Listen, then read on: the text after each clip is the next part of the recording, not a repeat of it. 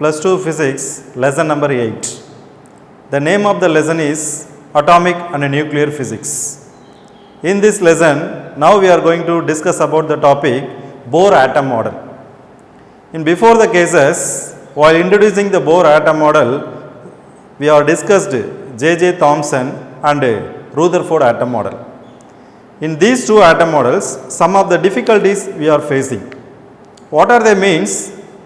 We could not explain the stability of the atom and could not explain the spectral line of hydrogen. Such difficulties are rectified by using Bohr atom model. Now we are going to discuss about Bohr atom model. I am already told before this topic we have discussed J.J. Thomson and the Rutherford atom model. We have to overcome the limitations of the Rutherford atom model. Why we have to overcome these limitations? In this Rutherford atom model, we could not explain the stability of the atom and the spectral lines. So, by using of the Bohr atom model, we are going to be explain the stability of an atom and the line spectrum of hydrogen. Here H is means here hydrogen. Okay. In this atom model, Bohr modified such of the modifications. The modifications are named as postulates. In that postulates, totally 3 are there. The first is the electrons in an atom revolves around the nucleus in circular orbits under the influence of Coulomb force of attraction. What is the meaning of this means? Let us consider a circular path. In that circular path, the electrons, protons and the neutrons are there. Proton and the neutron always existing inside the nucleus, but the electron always revolving around the nucleus. Nucleus having the positive charge and the electron having the negative charge. So, positive and the negative means both are going to be attract with each other, because one is the positive charge and another is the negative charge. So, both are leads force of attraction. That force of attraction only the electrons are revolving around the nucleus. Okay. And the second one is the electrons in certain discrete orbits called the stationary orbits. Discrete is the sense, stationary or the stable orbits.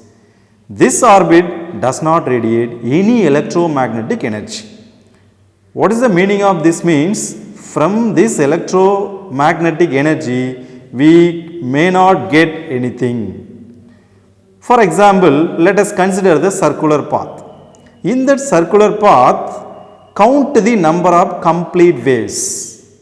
What is that? Count the number of complete waves. Here we are mentioning mvr is equal to nh by 2 pi. Here m is the mass of the particle, v is the velocity of the particle, r is the radius of the path. Here n is the principal quantum number. N is replaced by 1, 2, 3 like that, and h is the Planck constant. For our sake of convenience, we have to consider h divided by 2 pi is equal to h bar. It read as h bar or h cross, whatever it may be. So, while make as the word formation from this equation means we have to call the angular momentum of an electron is equal to nh by 2 pi, or we can call like this also. Angular momentum of an electron is an integral multiple of h divided by 2 pi. And see the structure of the circular path. In that structure of the circular path, totally 4 complete waves are there. How we have to calculate the 4 complete wave? Complete wave is nothing but one positive half cycle and the one negative half cycle. So, what is the length of the one complete wave? Already we know that the length of the complete wave is lambda. So, lambda is nothing but a wave of length. So, that is why we have to call a wavelength of lambda. So, here 4 complete waves are present. So, starts from here, this is the one complete wave and the second complete wave and the third complete wave and fourth complete wave. So totally 4 complete waves are there. So we have to call n is equal to 4. Suppose in that circular orbit 6 complete waves are present. What is the number? N is equal to 6. So count the number of complete wave present in the circular orbit. Such number is called as principal quantum number. Simply we can call L is equal to n into h cross. Already I am told h cross is equal to h divided by 2 pi. So L is also called as the angular momentum of an electron. Okay. Next we have to move while considering the matter waves. In the circular orbit means, what is the circumference of the circular orbit? The circumference of the circular orbit is 2 pi r. We know that the circumference of the circular orbit is 2 pi r. So 2 pi r is equal to n lambda. Here, what is the word we have to using? The circumference of the circular orbit is an integral multiple of de Broglie wavelength. So here the question comes like this, what is mean by de Broglie wavelength?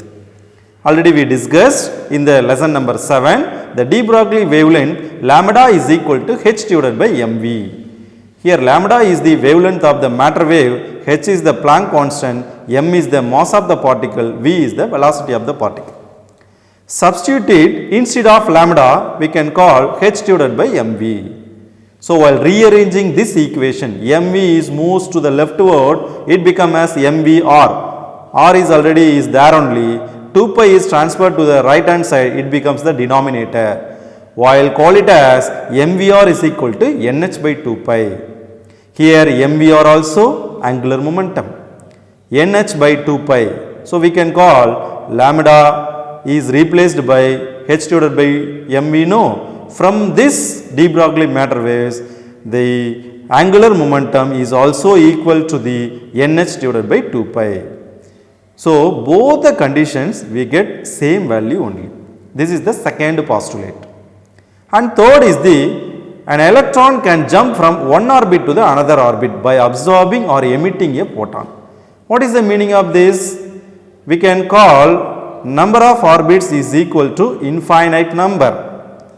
So n number of orbits present in this category is when electron is going to be jumping from one orbit to the another orbit, either absorbing or emitting a photon.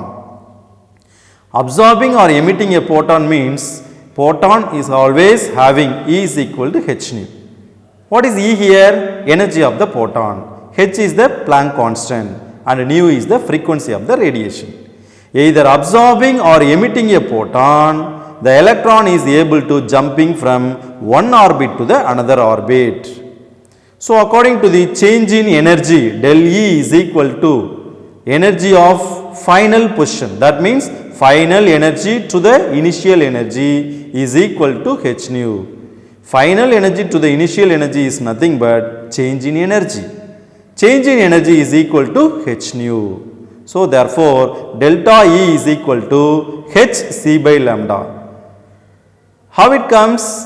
According to the equation of C equal to nu lambda.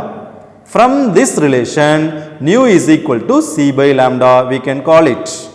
Here c is the speed of light.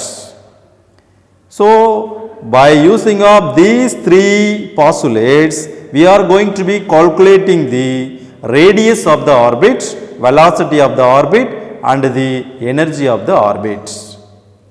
For example, while considering the diagram, in the diagram, what will happen?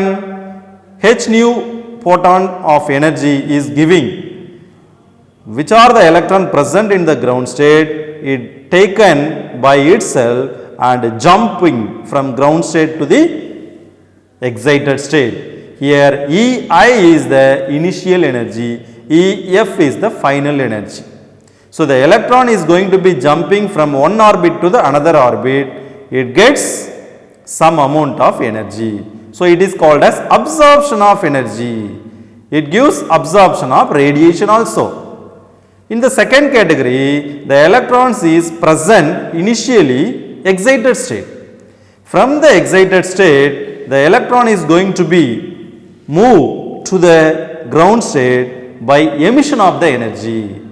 So, just consider the third position, the electron is jumping from excited state to the ground state by emission of photons of energy. It is also h nu only.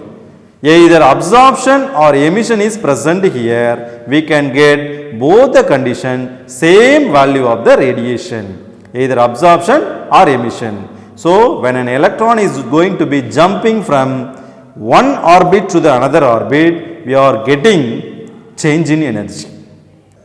Next, we are going to be discuss radius of the nth orbit. What is that? Radius of the nth orbit. In the orbit, we have to consider.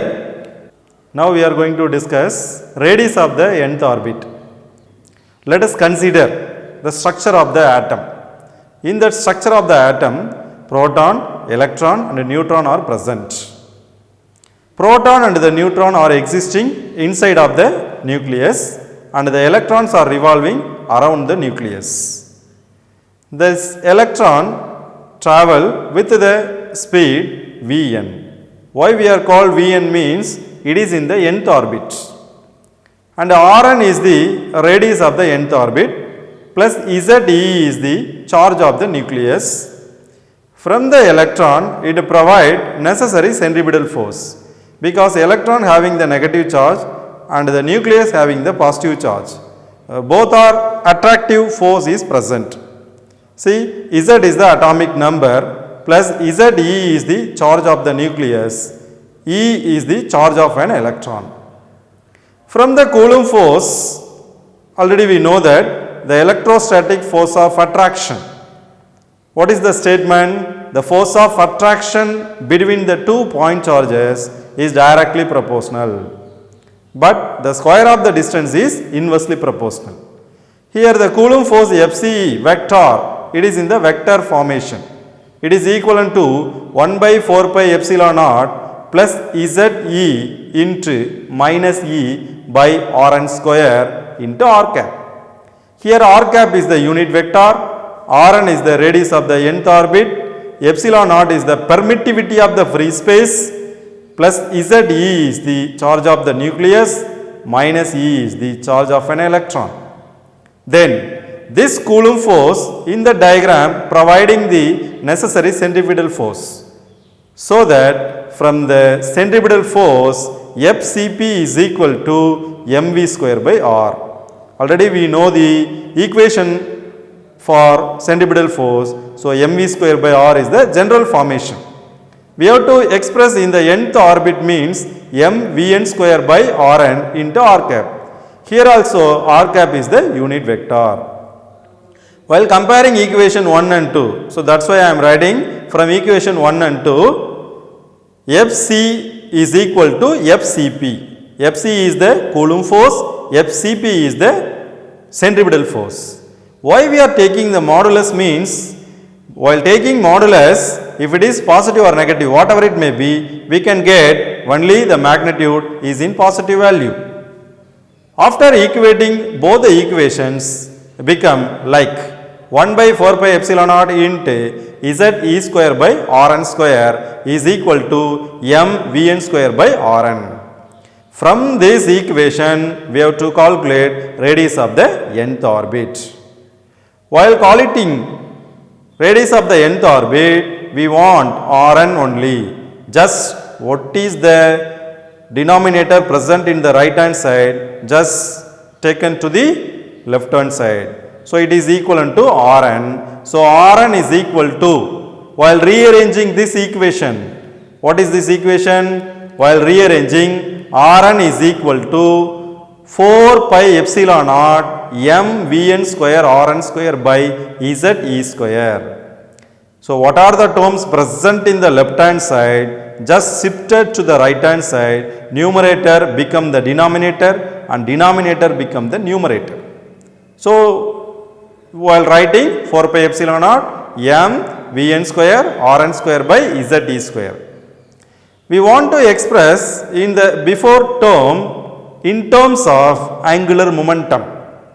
While express angular momentum, see mvn square Rn square is there. Suppose MVR we want means we have to multiply both numerator and denominator by M.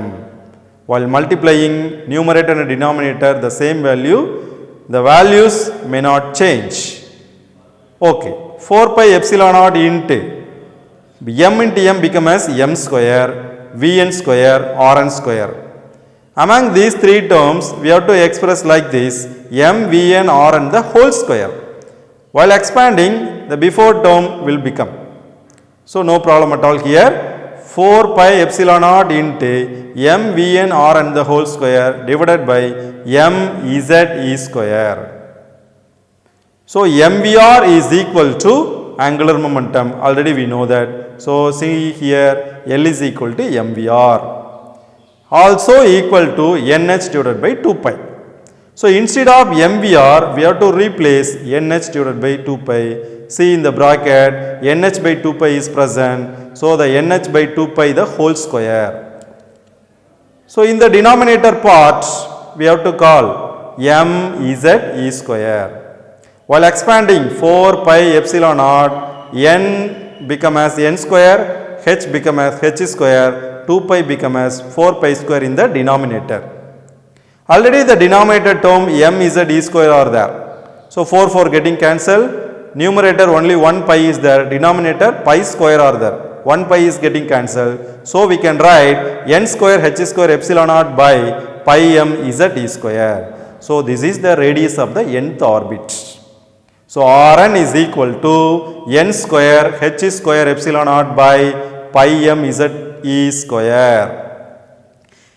Except the n and the z, the remaining things all are constants only. Here h is the, already I am told, h is the Planck constant, epsilon naught is the permittivity of the free space, m is the mass of the electron, e is the charge of an electron. What about n and z? N is the principal quantum number, z is the atomic number. So, in the bracket we are written h square epsilon naught by pi m e square. Why we are written in bracket means this bracket is called as the constants value. So, it is denoted by the letter a naught. So, what are the terms present inside of the bracket? They are called as a naught. Here the atomic number is replaced by 1. So, z equal to 1 means the denominator will skip as it is. So, Rn is equal to a naught into n square. So, Rn is equal to a naught into n square is the radius of the nth orbit. What are the value present in a naught? Planck constant, permittivity of free space, the value of pi, mass of the electron, charge of an electron. See, a naught is equal to h square epsilon naught divided by pi m e square. Substituting the known values. What are the known values? We know the value for h. What is that? 6.626 into 10 to the power of minus 34 joules second. And epsilon naught equal to 8.854 into 10 power minus 12 coulomb square Newton inverse meter power minus 2. The value of epsilon naught we seen in first lesson itself. And m is the mass of the electron. Already we know that 9.11 into 10 to the power of minus 31 kilogram. And E is the charge of an electron. So, value of charge of an electron is 1.6 into 10 to the power of minus 19 coulomb. While substituting the known values in A naught, so A naught is equal to 0.529 Armstrong. This A naught means that the value of 1 Bohr. So, the length of 1 Bohr is equal to 0.53 Armstrong only. So, the value of A naught we have to substitute in Rn means Rn is equal to 0.529 into n square. Suppose while considering the first orbit, what will become? Instead of n we have to replace 1. Then n is equal to 1 means R1 is equal to A naught into 1 square. 1 square become as 1 only. So, we can call R1 is equal to A naught. What is the value of A naught? 0.53 Armstrong. And while replace n is equal to 2 means R2 is equal to A naught into 2 square. Because n is replaced by 2. 2 square become as 4. 4 into A naught, 4 into 0.53 Armstrong. Then n is equal to 3 means R3 is equal to A naught into 3 square. 3 square become as 9. So 9 A naught become. So here the question comes like this. What are the ratio of the radii of first 3 Bohr orbits? Just we equate it. R1 is to R2 is to R3. So A naught is to 4 A naught is to 9 A naught. A naught getting cancelled. 1 is to 4 is to 9. As well as we can call what are the ratio of the area of the first 3 Bohr orbits. Already we know that the area of the circular path A is equal to pi r square. So all the terms having the common value pi, so pi can be neglected. We have to square the radius of the value only. While squaring 1 become as 1 only and 4 become as 16, 9 become as 81. So we conclude that the concept, the radius of the nth orbit is directly proportional to the square of the principal quantum number. Last class we have discussed about the radius of the electron in the nth orbit. Now we are going to see velocity of the electrons in the nth orbit. How to calculate the velocity of the electrons in the nth orbit? We will see now. From the Bohr angular momentum quantization condition, already we know the postulates of the Bohr atom model. From the second postulates, Bohr angular momentum quantization condition, mvr equal to nh by 2 pi. Already we know that L is equal to mvr is equal to nh by 2 pi. Here we want mvr equal to nh by 2 pi. M is the mass of the electron, Vn is the velocity of the electrons in the nth orbit, Rn is the radius of the nth orbit. Here n is the principal quantum number and h is the Planck constant. From the radius of the orbit, already we know that Rn is equal to A naught into n square by z. Here A naught is considered as a constant, n is the principal quantum number and z is the atomic number. Here substitute equation number 2 in equation number 1. The value of equation number 2 is Rn and the value of equation 1 is mvr. From this we want the velocity of the electron. So we have to substitute equation number 2 in 1, comma we get mvn instead of Rn we have to replace an into n square by z. In the right hand side it is equivalent to nh divided by 2 pi. Here left hand side n square is there and right hand side n is here. So n getting cancelled, the remaining 1 n is present. From the before equation we have to simplify it, we want Vn only. So keep Vn as in the left hand side, the remaining terms are transferred to the right hand side. Here already n getting cancelled, so h divided by 2 pi is present, and what are the terms present in the left hand side, we have to shift it to the right hand side. While shifting it become as h divided by 2 pi m a naught into z by n. Here z is the atomic number and n is the principal quantum number. Here h divided by 2 pi m a naught is considered as a constant. H divided by 2 pi m a naught is considered as a constant. Vn is directly proportional to the 1 divided by n. What is the meaning of this equation means, wherever the places the velocity of the electron in the nth orbit is increases, correspondingly the principal quantum number is going to be decreases. So we can call the principal quantum number is increases, the velocity of the electron in the nth orbit is decreased. What we are inferring from this means both are acts as inversely proportional to each other. The inversely proportional means one is increases and another is decreases. By using of these two components, we have to draw a graph. A graph is plotted between principal quantum number and velocity of the electron in the nth orbit. Principal quantum number is taking along the x-axis and the velocity of the electron in the nth orbit is taking along the y-axis. So the nature of the graph is the rectangular hyperbola. This leads the principal quantum number and the velocity of the electron both are acting inversely proportional to each other. Next we have to move energy of the electron in the nth orbit. Energy of the electron in the nth orbit means it is the combination of potential energy and the kinetic energy. We have to calculate potential energy in the nth orbit and the kinetic energy in the nth orbit, and add both the values, we can get the total energy present in the nth orbit. First we have to calculate potential energy in the nth orbit. It is equivalent to 1 by 4 pi epsilon naught into Ze into minus E divided by Rn. Here the value of Rn is n square h square epsilon naught divided by pi m Z E square. This is the radius of the nth orbit.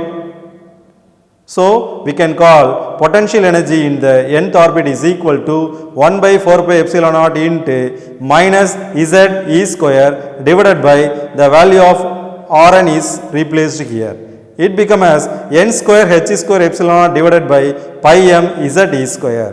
Here pi getting cancelled and m is transferred to the numerator and Z E square also transferred to the numerator. So denominator goes to the numerator. It becomes as potential energy in the nth orbit is equal to minus Z square m e power 4 divided by 4 epsilon naught square n square h square. This is the potential energy of the electron in the nth orbit. Next move to the kinetic energy. Already we know that the formula for the kinetic energy, wherever the places, whatever it may be, it is equivalent to of mv square only. So the value of mvn square means it is from the comparison of Coulomb force and the centripetal force. So the value of mvn square is equal to 1 by 4 pi epsilon naught into Z E square divided by Rn. Substitute the value of mvn square in the before equation. We can call the kinetic energy in the nth orbit is equal to 1 by 2 within the bracket. The value of mvn square is to be substituted. So 1 by 4 pi epsilon naught into Z square Z E square divided by n square h square epsilon naught divided by pi m Z E square. So the before equation becomes Z square m e power 4 divided by 8 epsilon naught square n square h square. We have to express the kinetic energy in terms of potential energy means we know the value for potential energy. It is equal to minus of Z square m e power 4 divided by 4 epsilon naught square n square h square. We have to split like this means kinetic energy in the nth orbit is equal to, we have to split minus of 1 by 2 take outside, within the bracket we can write minus Z square m e power 4 divided by 4 epsilon naught square n square h square. Within the bracket we can replace potential energy in the nth orbit. So the before equation minus 1 by 2 of potential energy in the nth orbit. We conclude that the potential energy in the nth orbit is equal to minus 2 times of kinetic energy in the nth orbit. So we calculate potential energy and the kinetic energy. We conclude that the concept, the energy of the electron in the nth orbit En is equal to minus 2 kinetic energy in the nth orbit plus kinetic energy in the nth orbit. The first value leads the potential energy in the nth orbit, the potential energy in terms of kinetic energy only. While simplifying, the minus 2 times of kinetic energy plus 1 time of kinetic energy, while simplifying it becomes as minus 1 time of kinetic energy only. So the value of energy of electron in the nth orbit is numerically equal to the minus Z square m e power 4 divided by 8 epsilon naught square n square h square joule. So the unit of energy is always in joule only. So substituting the known values in this equation, the value of m, e, epsilon naught and h. We know the value for m. M is the mass of the electron. It is equal to 9.11 into 10 to the power of minus 31 kilogram. E is the charge of an electron. It is equal to 1.6 into 10 to the power of minus 19 coulomb. Epsilon naught is the permittivity of the free space. It is equivalent to 8.854 into 10 to the power of minus 12 coulomb square, Newton inverse, meter power minus 2. And h is the Planck constant, 6.626 into 10 to the power of minus 34 joule second. Substituting these known values in this equation, the value of En is equal to minus 13.6 divided by n square Z square electron volt. Here Z is the atomic number. the value of atomic number Z is equal to, replaced by 1, En is equal to minus 13.6 divided by n square electron volt. So we have to calculate joule is converted into electron volt. While substituting the value of n is replaced by 1, 2, 3 up to infinity, we can call the values like n is equal to 1 means E1 is equal to minus 13.6 electron volt. How it comes means n is replaced by 1 square become as 1 only. So 13.6 divided by 1 is nothing but minus 13.6 only. This energy is called as the ground state value. What is that? Ground state value. And n is replaced by 2 means E2 is equal to minus 13.6 divided by 2 square electron volt. 2 square become as 4 only. So 13.6 divided by 4, it is equivalent to minus 3.4. This is nothing but first excited state energy. And n is replaced by 3 means the value of 3 square become as 9, minus 13.6 divided by 9 is nothing but minus 1.51. And 4 is replaced means E4 is equal to minus 13.6 divided by 4 square is equal to 16, minus 13.6 divided by 16 electron volt, it is equivalent to minus 0.85 electron volt. What we are inferring, these 4 values means the first value leads the ground state value, and the second value leads the first excited state value, and third value leads the second excited state value, and fourth value leads the third excited state. Except the first state, the remaining states are all called as excited states only. We can call first excited state, second excited state, third excited state, and so on. So these values are denotes wherever the places the principal quantum number increases, correspondingly energy of the electron in the nth orbit also increases. How is it possible means a negative sign is present here. This negative sign indicates that the value of n is increases, correspondingly the energy of the electron in the nth orbit also increases. So for our sake of convenience, we can conclude that the concept, the energy of the electron in the nth orbit is also directly proportional to the square of the principal quantum number. But exactly it's not from this equation. The negative sign is present here, that's the reason only the energy of the electron is increases, correspondingly the principal quantum number also increases. Whereas we can call like this also, the principal quantum number is increases, the energy of the electron in the nth orbit also increases. That's why I am telling both are is directly proportional to each other.